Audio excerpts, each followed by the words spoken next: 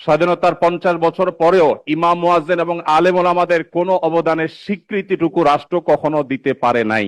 আজও বাংলাদেশের চেহারাকে যদি পরিবর্তন করে দিতে হয়, আজও বাংলাদেশকে যদি স্বনির্ভর করতে হয়, আজও বাংলাদেশের পরিবেশ সচেতনতা সৃষ্টি করে যদি সাফল্য অর্জন করতে হয়, পরিবেশ বিপর্যয় যদি রোধ করতে হয়, যে কোনো দুর্যোগ মোকাবেলা যদি সফলভাবে করতে হয়, দেশের শুধু মসজিদগুলোকে, ইমাম মুয়াজ্জিনদেরকে যদি রাষ্ট্র অন করে, ইমাম মুয়াজ্জিনদেরকে যদি সে সুযোগ দেয়, তাদেরকে যদি অন্তত কাজ করবার পরিবেশটা করে দেয়, আমার বিশ্বাস বাংলাদেশের চেহারা পরিবর্তন করতে আর কোনো কিছুর তেমন বেশি প্রয়োজন হবে না।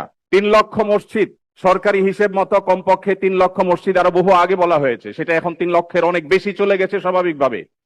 3 লক্ষ মসজিদে প্রতি জুমার দিনে 12:30 থেকে 1:30 পর্যন্ত এই সময়ের মধ্যে গড়ে যদি 100 মানুষ একটা মসজিদে জুমার নামাজে খতিব সাহেবের খুতবা শোনার জন্য আসেন, তাহলে 3 কোটি মানুষ হয়।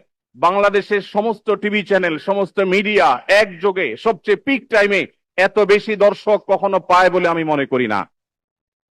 এবং সারা সপ্তাহের সবচাইতে মূল্যবান সময় বৃহস্পতিবার রাতে, শুক্রবার অফিস নেই, স্কুল কলেজ নেই, মাদ্রাসা নেই, সবাই ফ্রেশ একটা ঘুম দিয়ে, সপ্তাহের সবচাইতে ভালো গোসলটা দিয়ে, সবচেয়ে ভালো নাস্তাটা করে, সবচেয়ে সুন্দর পোশাকটা পরে, সবচেয়ে ভালো আতর পারফিউম ব্যবহার করে, সবচেয়ে মূল্যবান সময়টা খতিব সাহেবদের সামনে গিয়ে দোজানো হয়ে বসে।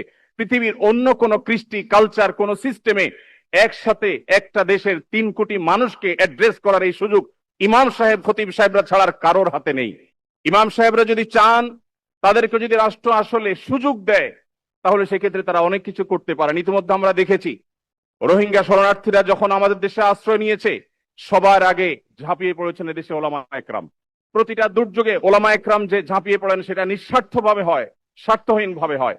আমার উদাত্ত আহ্বান যে আগামীর বাংলাদেশে এদেশের মসজিদগুলোকে, আলেম ওলামাদেরকে যেন রাষ্ট্র অন করে, তাদেরকে কাজের সুযোগ দেওয়া হয়।